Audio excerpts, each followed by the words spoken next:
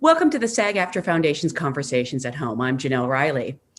The SAG-AFTRA Foundation has a COVID-19 relief fund to support SAG-AFTRA performers who are in urgent need as this pandemic continues. Since March of 2020, the foundation has given over $6.1 million in aid to 6,500 performers and families facing extreme hardship.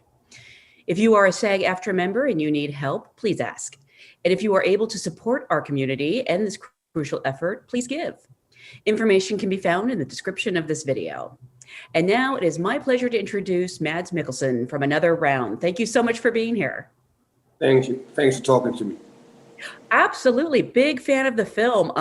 This is an audience of your fellow SAG-AFTRA actors. So I actually like to start at the beginning by asking, how did you get your SAG card?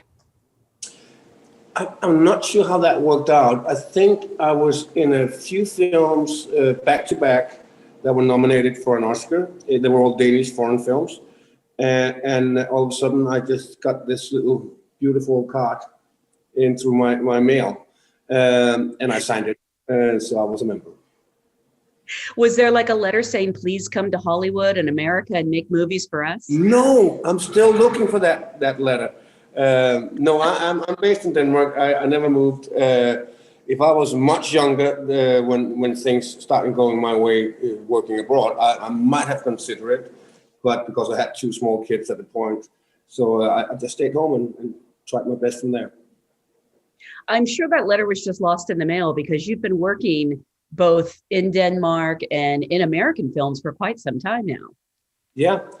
Yeah, it all started out with a film called King Arthur, and I did an audition pretending I was riding a horse, lying, that I also telling them that I could ride, and then I ended up in a film in Ireland with Clive Owens and Hugh Dancy, and that was my first step. Wow, I didn't know that. That was your first, I guess, American Hollywood movie. Wow. That brings us to Another Round, which reteams you with Thomas Vinterberg, who you previously worked with on The Hunt, a very different movie. After the success of that film, had you been talking about working together? Did he tell you he had something? How did the script come to you? I think it was, well, we became friends after that film, and we have been since then, 7 years from now, been friends. He pitched me the story right after we wrapped up The Hunt. At that point, it was just a pitch. It was the idea based on the theory that we're bringing life to in the film, which that we are born with too little alcohol in the blood.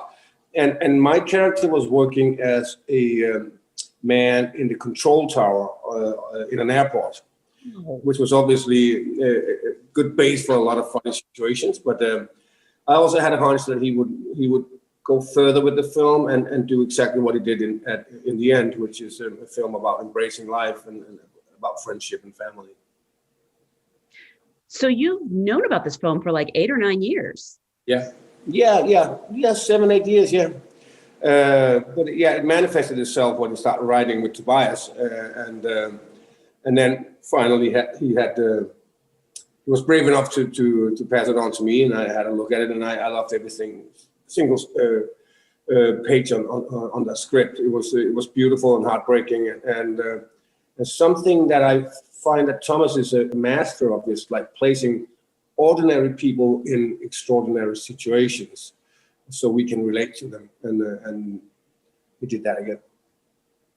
Had you ever heard this theory before that we're born with a low blood alcohol content, and it'd be better if we kept it at 0.5? Not from a psychiatrist, but from a lot of friends. Have you ever tried this theory out? No, but I think we all recognize exactly what 2 glasses of wine does to us, right? It lifts the conversation. If you're playing darts, 2 glasses, you hit the bullseye. 2 bottles, you're missing the board, and 0 glasses, you don't want to play at all.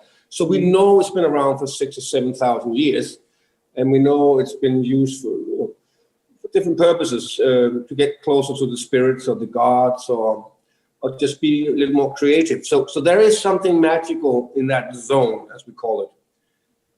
Passing it is a different story. and that's one of the topics this film is dealing with. I'm curious, in general, how do you sort of choose your roles? Is it the character or the script or the people, or maybe a combination of all of the above? Well, I think it is a combination. I would say if I don't know the person who's sending it to me, it is the first thing is obviously the script. You read it, there's something that you like or something that you become curious about. The next step is to pick up the phone and have a conversation with the director, and if she or he is somebody you can communicate with. You don't have to agree on everything. As long as you can communicate, that's a solid yes for me. If I find the script interesting and the director interesting, we'll take it from there. I mentioned that you balance both Danish and English language films quite a bit. Is that intentional? Do you sort of make a point to return back to your home country every now and then? Yeah, it's hard for me to answer that question because it's something that happened to me 15 years ago, and it was never a plan. I just wanted to be part of a group. I just don't want to be part of anything when I started, right? And then Danish film, got a place on the map, and foreign countries were looking at Danish films, and through that they were looking at Danish actors. So we got a break, and I got some offers, and quite a few of my colleagues as well back home. So it's not that I go, okay, now I've been working abroad for 2 years, now I have to go home. That's not the situation. It's basically what comes my way that I find interesting. And it had turned out to be the case that it's like one film there, one film back home, back and forth. And if that continues, I'm not going to complain. I'm curious, for the character of Martin, did you have to take on any special preparation? He's so closed off and stoic at first. I personally would find that so challenging. Yeah, I think that it doesn't remind me of myself at all, in the sense that this is a guy who is standing on the platform and the train has left him. He's simply not curious anymore. And I think I'm the opposite. I do appreciate that the sun rises every morning. And I do appreciate that there is a building down there and there's something behind that building. And I am quite a curious person. So I don't have that in common with him. But I think once they start to experiment and it turns out quite successfully, at least in the beginning for this character, this is the kind of man he was 20 years ago, when he loved and he remembered why he loved his job and why he loved his family. That I can relate to. That situation I do relate to.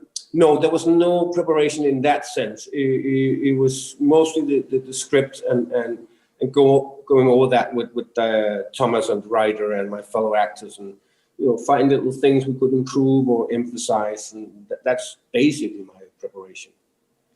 Was there a point before giving you the script where Thomas told you that he had changed the character to a teacher?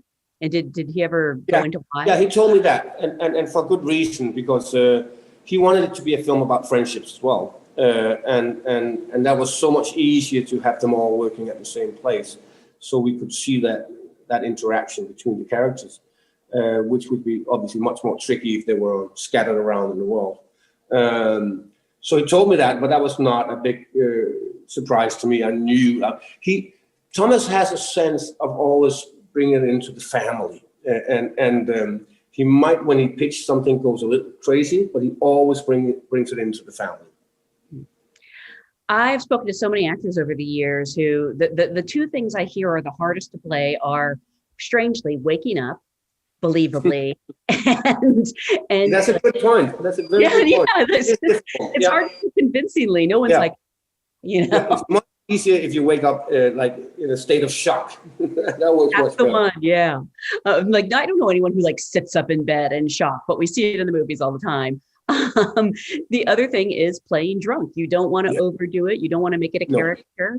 How did you calibrate the performance in those scenes and also track how drunk he was from moment to moment? There were different stages of that. The 2 drinks or the 3 drinks situation is something that I think most actors will approach with the approach that we have as individuals in our private lives as well. imagining that you had a couple of pints at the pub and you don't want your wife to know about it.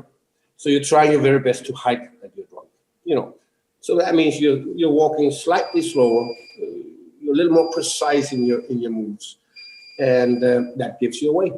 So I think that would be the normal approach for an actor to do that kind of drunk. But of course, we had to go on a different level and go ballistic. And that's why it gets really interesting, because at that point, you don't care if people notice that you're drunk. You're simply in a different world. And for that, we watched a lot of YouTube videos with, for some strange reason, a lot of Russian people. And didn't mind to be filmed at all. And they seem always to have like a task on hand, a mission, which is never fulfilled, of course, but it's so interesting how focused they are. And they fall straight on their faces, never using their hands as protection. So that was a big source of inspiration for us. Would Thomas sort of, I don't know how to word this, keep you in line in a way, and sort of, was the direction ever like less drunk, more drunk? Absolutely. Okay. We had to, and we did a little boot camp. We knew from the beginning there was no way we could, go around sipping a little, shooting, for a lot of reasons, because that was like 40-day shoot, and to keep that level of 2 drinks throughout the whole day would be obviously become 20 drinks easily, maybe 30 drinks. So that was no way we could go down that path. And sometimes it's, the schedule in the film is also awkward. You do a drunken scene, and right after that, you have to go into your car and do a different scene, and you're driving the car. It's a no-go, right? So we knew that was not, we couldn't go down that path. But we did a boot camp where we tested out, very scientifically, the 0.5, the 0.8, and we were watching and filming what was happening with our speech, with our movements. And it was very, very interesting to see the little details that occurred. You can get away with it in the beginning, where it's just, he's happy, he's having a good day. And all of a sudden, your hands are doing something you are not aware of. And your speech is becoming slurry in a different way. So that was very inspiring. That's a really great idea, because I know you've been asked, and I know the answer if you guys got drunk on sets, and the answer is no. but to do a boot camp is brilliant and probably a little fun. It was great fun. It was not that we don't have experience between the 5 of us about how it is to be drunk, but it was more scientific in the sense that we wanted to see the exact levels, right? And there is this thing that you do see yourself in a different perspective if you're in the situation than if you're outside the situation. So if you're drinking with your friends, everything seems kind of fairly normal, but everybody watching it can see something is happening, right? And so it was fun for us to come back the next day and watch the video we did and just double check in the book. Okay, that's 0.8. I thought I was much more sober than I actually am, right? And it was interesting. I think everyone's seen the film at this point. So I really want to talk about the final scene, because it's been celebrated so much. I've seen multiple reports, call it the best ending of the year.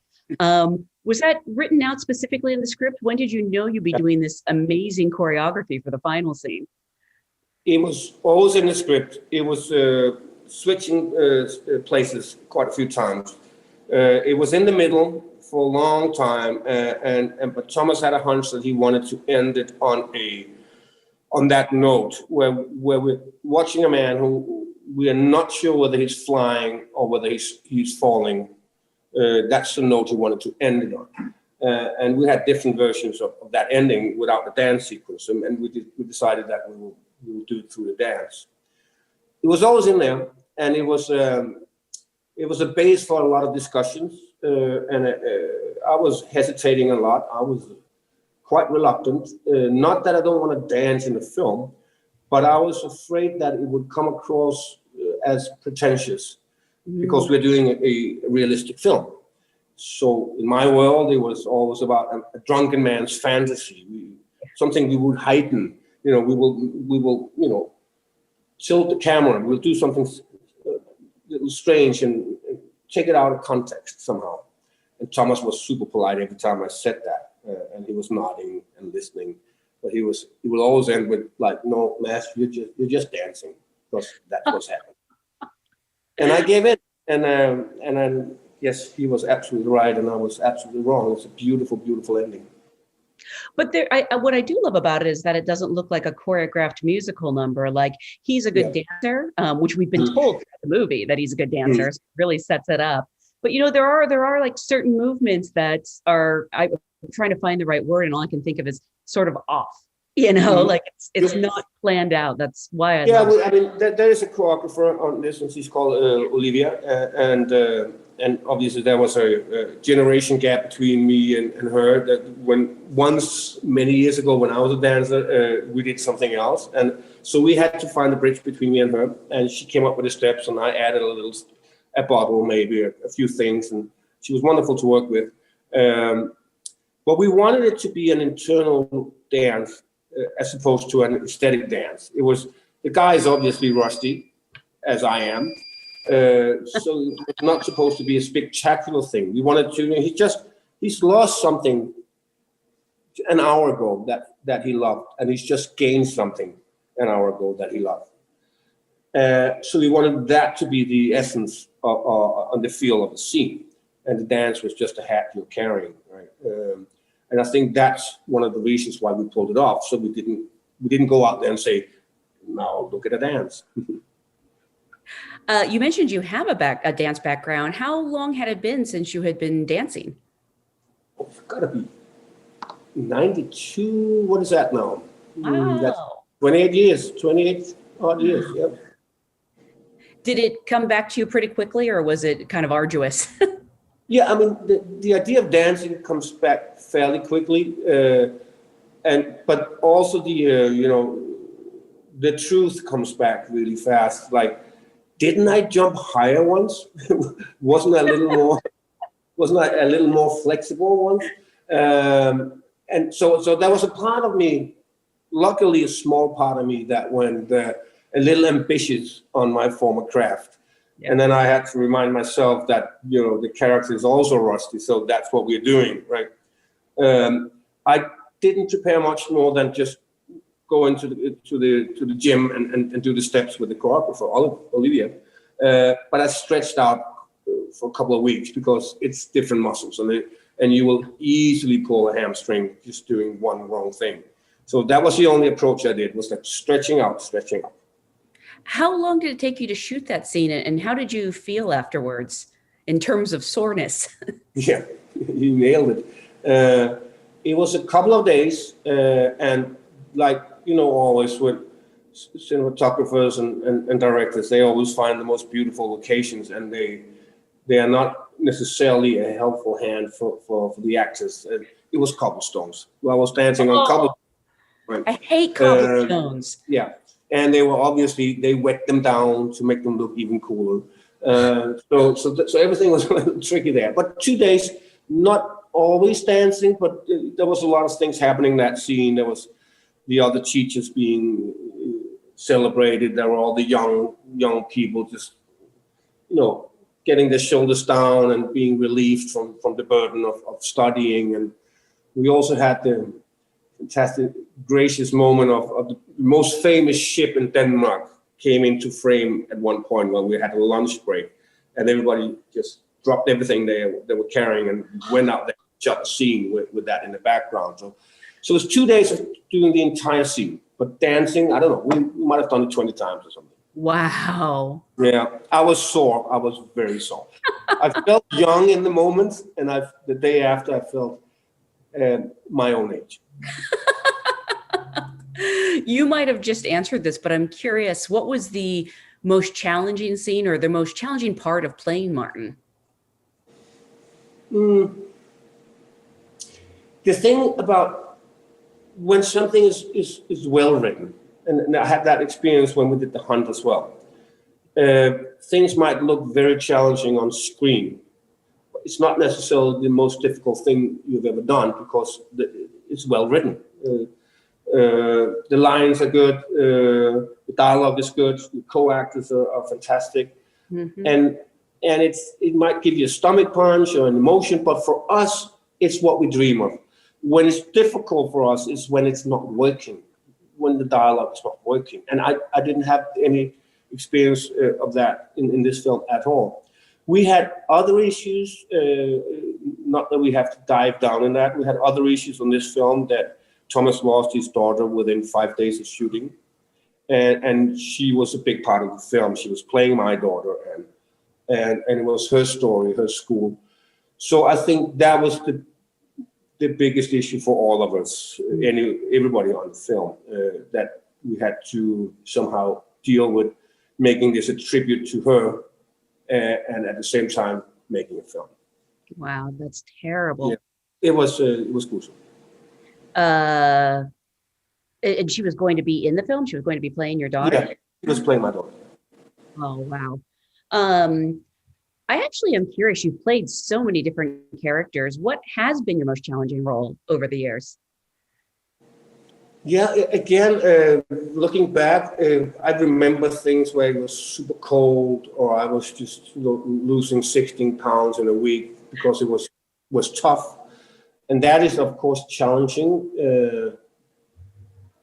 I would say maybe I did a film where I played Igor Stravinsky. Oh, yeah. And I don't speak Russian. I spoke a little French, and I don't play the piano. and I had to pick it up really fast, everything. And it was, I went into just a bubble of just work. A month of preparation and dialogue coaches that was like looking at me. You know how the French are, like, what is going on here? And that was extremely challenging. But I also remember it as a beautiful time. I think we pulled off what we wanted to. It would have been much easier with a Russian guy who spoke some French and could play piano. But so that was a big challenge. But now you have new special skills, kind of. A little bit of French, a little bit of piano. Well, I do. I've done a few French things after that. The Russian it's kind of gone. It was strictly phonetic, the way I had to learn it. And the piano was interesting because I approached it as a dancer, in the sense that for me it was a music, and I could do the things with my hands, but obviously you couldn't use my sound. But I remember I was conducting an orchestra of 80 people. And the guy who was teaching me that was like looking at me, because I put all these notes down, and I was counting in 8s and in 9s, and he was like, "What is that?" I was like, "This is dancing notes. This is what we do as dancers." And he was like, "Oh my God, what's going on?" But I dived into it as a dancer, I believe, the music. To that end, was there anything you learned while playing Martin that you could now, keep in your arsenal of special skills? I think I learned from the process, what happened on the film, the friendship and the unity that this team got because of the film and the circumstances. I don't know if I learned anything, but it was an enormous and beautiful and heartbreaking experience to make this film. I would say learning from my characters is a rare thing. I think that we as actors are trying our best to be smarter than our characters, in the sense that even if you play Einstein, you wouldn't obviously be able to match him on his craft. But if you try to bring life to him, somehow we have to be a little smarter on his mirror image than he is. If not, there is no drama, right? So I rarely come home and say that character taught me anything. We are the puppet masters. We're the one directing the characters. Well, you played Hannibal Lecter, and there's literally nobody smarter. No, literally. That's true. But the thing about Hannibal Lecter is that he's not aware that his Achilles heel is his vanity. So that makes me smarter than him. This is true. This is actually very true. Another round has people I know love this movie so much, and I'm curious if you're surprised by how much it's resonated with audiences, all over the world, and the response has been really passionate. Did that sort of surprise you? Yes. and no.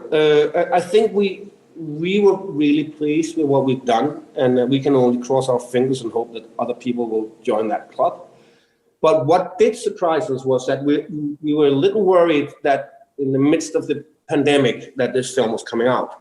In these days where you can be offended of anything, we were anticipating a backlash of people saying, how dare you? How dare you have young people kiss each other and drinking from the same bottle, you know? And also the topic of the film, obviously. But the exact opposite happened. It was people were not ready for watching a film about the COVID situation. They wanted to see a film about life as we remembered it. And I often say that Thomas made his most Italian film, no matter how dark and depressing an Italian film is, you somehow leave the movie theater with a sense that you love life, you know, and I think that's what he achieved. So it's not about COVID, it's about life. Yeah. Yeah, I did wonder if people would be offended by this idea that you should drink, not that the film endorses it or frowns on it. Once in a while, there's a teacher that's kind of like urging a student. So all of things can obviously backlash, but I think the charm of the film just overrules all these things, you know. Yeah. It's coming from a good place. It's coming from a good place in the heart. And I personally found the end very joyous. I mean, we don't know what's in Martin's future really, but I feel like things are going to work out for him. Yeah, I think that you can obviously leave the theater with this is the idea that is he flying or is he falling? If you ask Thomas and if you ask me, and we are rarely agreeing on endings, but we both agree that he is flying. That's what he's doing. Oh, I'm so glad you said that. Yeah. Because that's my take too. And then I've heard other people say like, oh, I don't know, like he could be backsliding. And I'm like, no, I think he's found a medium. At least in that moment, he's flying. Yeah. Yeah. But I mean, that would just open the door for another sequel. Oh yeah, here we go. Yeah, I don't think there's a sequel for this film though. I think this was it. I don't see that coming. Maybe a remake somewhere. People have speculated on that if they did remake it, but they said you would have to play Martin again. Yeah, well, that'll be tricky. Just have me as a high school teacher in Japan or in England with my funny accent. I think that will be a no-go. Just make it in every country, but it's always you.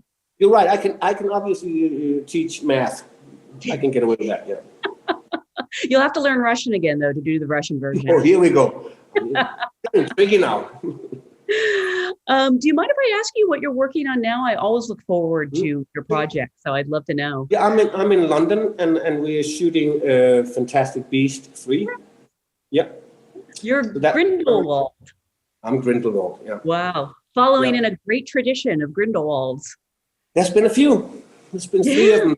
So if that continues, that will be the next one next year. Fantastic. Well, on behalf of the SAG-AFTRA Foundation, we want to thank you so much for joining us and for sharing your experience, process, and craft with your fellow performers. Thank you so much. Well, thank you so much for having me.